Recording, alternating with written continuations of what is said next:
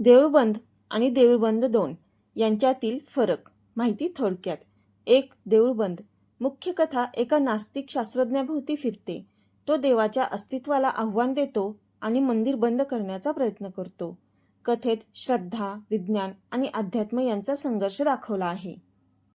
दुसरा. देऊळबंद 2.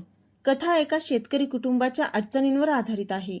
शेती, कर्ज, कौटुंबिक संघर्ष आणि श्रद्धा यांचा संगम दाखवला आहे. स्वामी समर्थांच्या भक्तीचा आणि जीवनातील संकटांशी सामना करण्याचा विषय अधिक ठळक आहे. थोडक्यात देऊळबंद श्रद्धा विरुद्ध नास्तिकता. देऊळबंद 2 शेतकऱ्यांचे प्रश्न, कुटुंब आणि श्रद्धा.